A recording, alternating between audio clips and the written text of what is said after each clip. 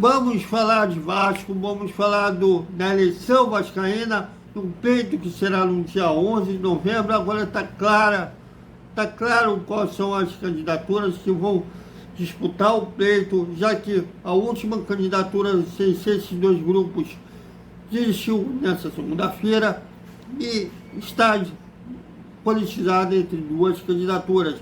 Vamos falar do Vasco também indo à comissão de arbitragem da CBF, para, inclusive, mostrando documentos questionando de vários erros dos senhores apito durante o Brasileiro. Vamos falar do provável time que vai enfrentar o Cuiabá. Tudo isso após a vinheta.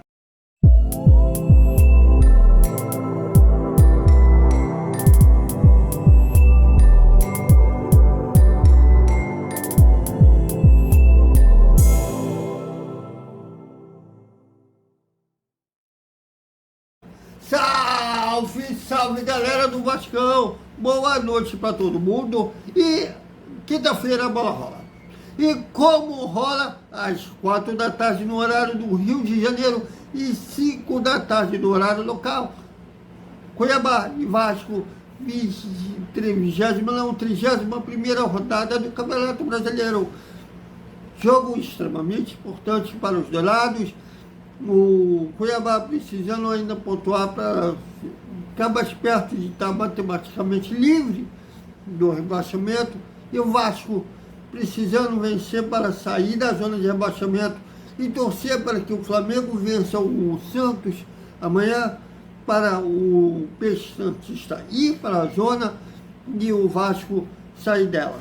Bom, antes de falar do jogo de quinta-feira, vamos falar da eleição vascaína, que será nesse mês de novembro, já com os ânimos das candidaturas afloradas, mas dá para diferenciar quem está tentando discutir ideias, quem está atacando um candidato.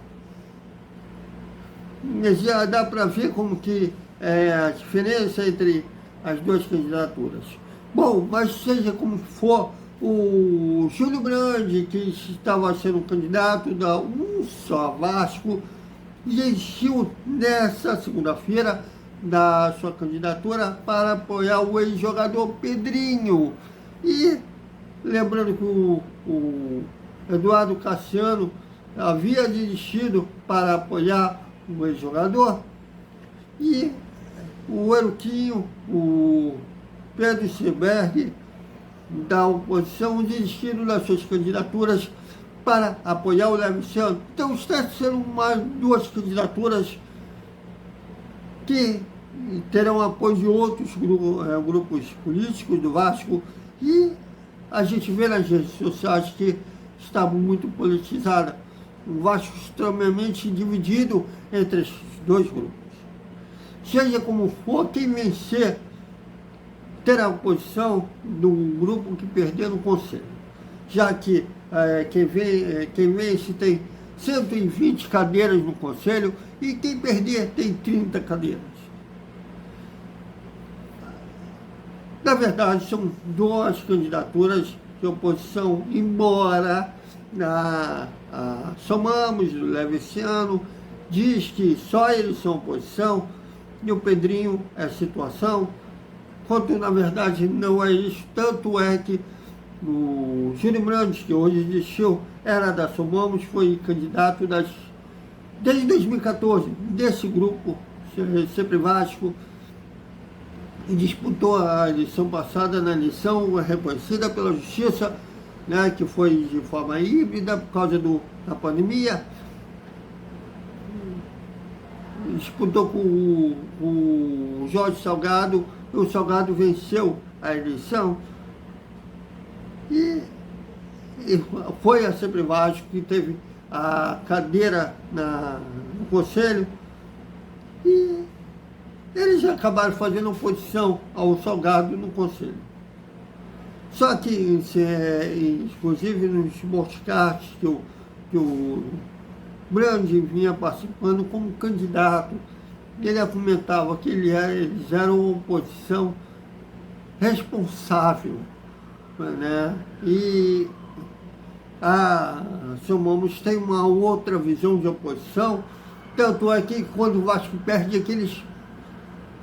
Eu não vou falar, deixe cada um tirar suas próprias conclusões, mas são visões diferentes do que ser oposição.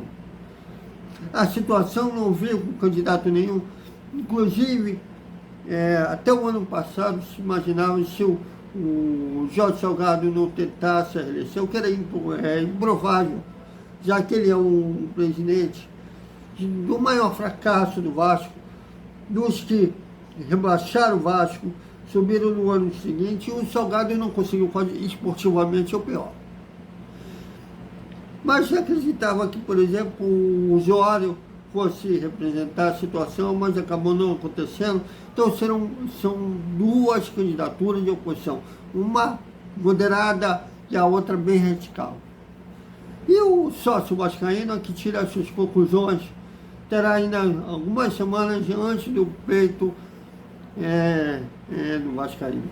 Bom, o Vasco se reuniu nessa segunda-feira com a Comissão de Arbitragem da CBF e apresentou um documento questionando os lances do Brasileirão, que foi vastos erros no turno e retorno contra o Vasco. E o Vasco questionou isso. Mas eu estou esperando que tenha efeito prático. O Vasco cansou de chiar no Anderson Tronco e nada acontecia. Bastou o Corinthians chiar um pouquinho desse árbitro, esse árbitro foi para a geladeira. Então, ir lá, falar. Eu quero efeitos práticos. Vamos aguardar para ver se a CBF toma alguma atitude depois desse relatório que o Vasco apresentou lá na comissão de arbitragem pelo Hildson Ceremi, que é o presidente da comissão de árbitros. Bom, e o Vasco terá um time diferente em relação ao que empatou com o Goiás em 1-1 no último domingo, na última rodada. O Jet foi expulso no jogo contra o Esmeraldino Goiano, terá que cumprir suspensão automática. Em compensação, o Paulinho e o Eric Marcos, que não puderam enfrentar o Goiás, porque estavam suspensos, retornam ao time. E, além disso, Ramon Dias veio com um time alternativo, por assim dizer, no último jogo contra o Goiás. O Bruno Prachedes, que é titular, começou no banco. O Gabriel Peck, que vem sendo titular no lugar do Rossi, começou no banco. Apesar deles serem protagonistas de erros do Vasco, que poderia ter matado o jogo, eles deverão ser titulares no jogo da quinta-feira. Assim como o Paé deverá ser mantido, mas a maior dúvida mesmo é quem será o substituto do Vigete.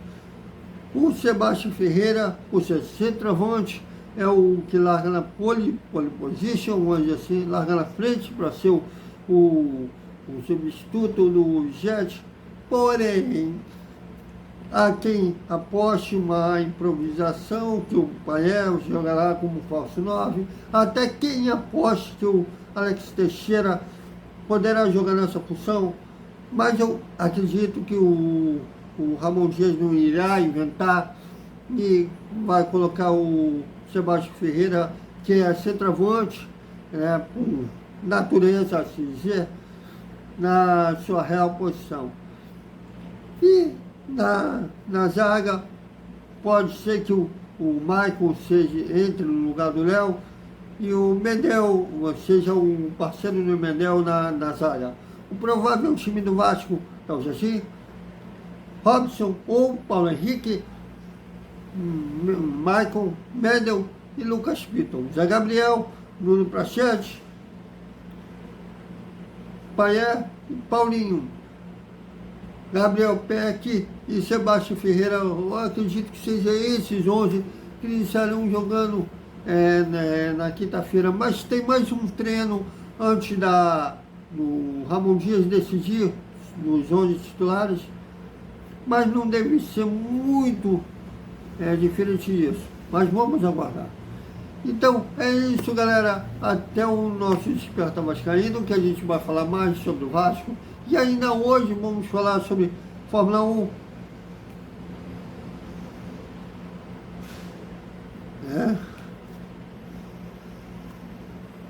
Para vocês verem que a política do Vasco, pelo menos dessa vez, está com uma eleição concreta, quem serão os candidatos a sentar no trono de presidente do clube.